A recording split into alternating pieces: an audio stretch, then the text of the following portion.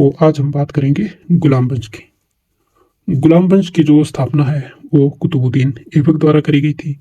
कुतुबुद्दीन ऐबक को जो है वो गुलाम वंश का संस्थापक माना जाता है। 1206 ईस्वी में जो है कुतुबुद्दीन ऐबक द्वारा गुलाम वंश की स्थापना करी गई थी। 1290 ईस्वी में केकुबाद की मृत्यु के बाद जो है गुलाम वंश का अंत हो जाता है। तो आइए हम बात करते हैं कि इस वंश को जो है वो गुलाम वंश ही क्यों कहा जाता है। गुलाम वंश कहने के पीछे का कारण यह है कि सभी जो सुल्तान थे वे स्वयं जो पहले गुलाम थे, या फिर जो सुल्तान आने वाले थे वो गुलाम सुल्तानों की जो है वो संतानें थी। तो इसलिए जो है इस वंश को गुलाम वंश कहा जाता है। तो गुलाम वंश की जो राजधानी थी वो दिल्ली थी, इसलिए इस समय को जो है इतिहास में दिल्ली सल्तनत काल भी कहा जाता है। दिल्ली सल्तनत काल का जो वास्तविक श्रेय जाता है वो इल्तुतमिश को जाता है, जिसने अपने 25 वर्षों के लंबे शासनकाल में अनेक सफलताएं प्राप्त करी और गुलाम वंश को जो है वो चरम सीमा पर ले जाता है। तो हम ट्रिक के माध्यम से जो है वो गुलाम वंश के जो सुल्तान थे उनको समझने की कोशिश करते हैं। तो ट्रिक क्या है कि कुतुब आराम से इधर रुका, फिर रजिया मुझे लाने मसूद और नासिक गई। ठीक है, रजिया मुझे लाने कहाँ गई? मसूद और नासिक गई। मेरा केक शाम को कटेगा।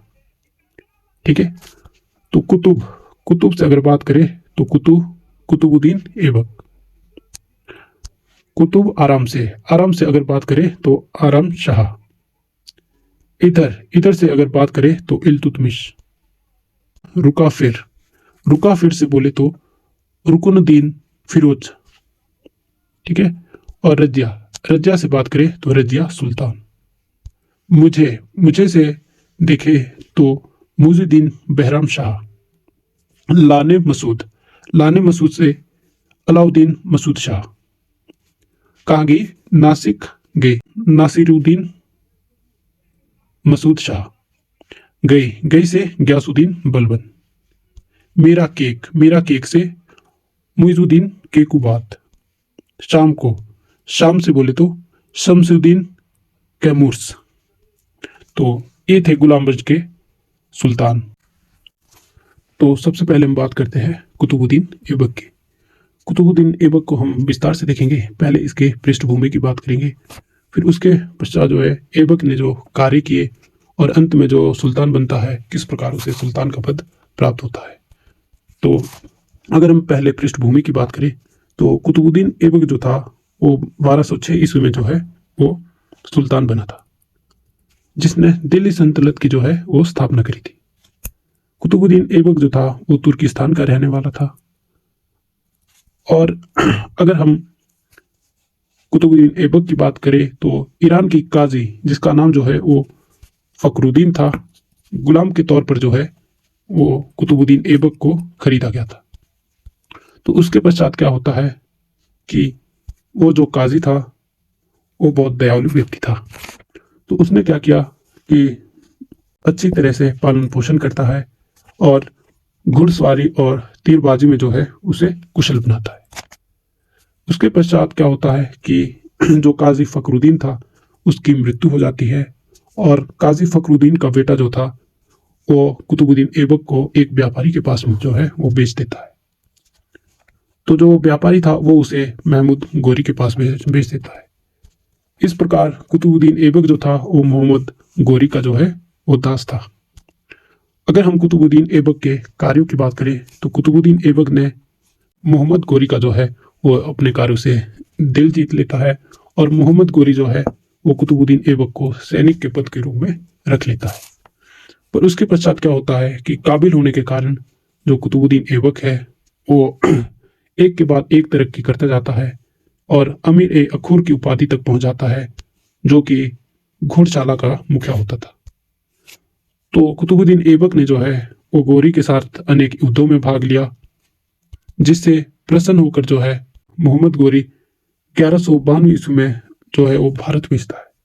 अब भारत भेजने का कारण जो था वो था कि मोहम्मद गोरी द्वारा जो है भारत में क्षेत्र जो जीते गए थे उसकी देखभाल के लिए जो है वो कुतुबुद्दीन ऐबक को नियुक्त करता है।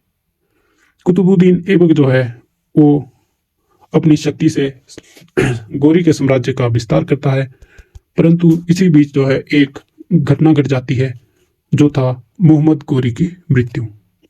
1206 ईस्वी में जो है मोहम्मद गोरी की मृत्यु हो जाती है और उसके पश्चात जो है 24 जून 1206 ईस्वी को जो है कुतुबुद्दीन ऐबक जो है वो सुल्तान बनता है।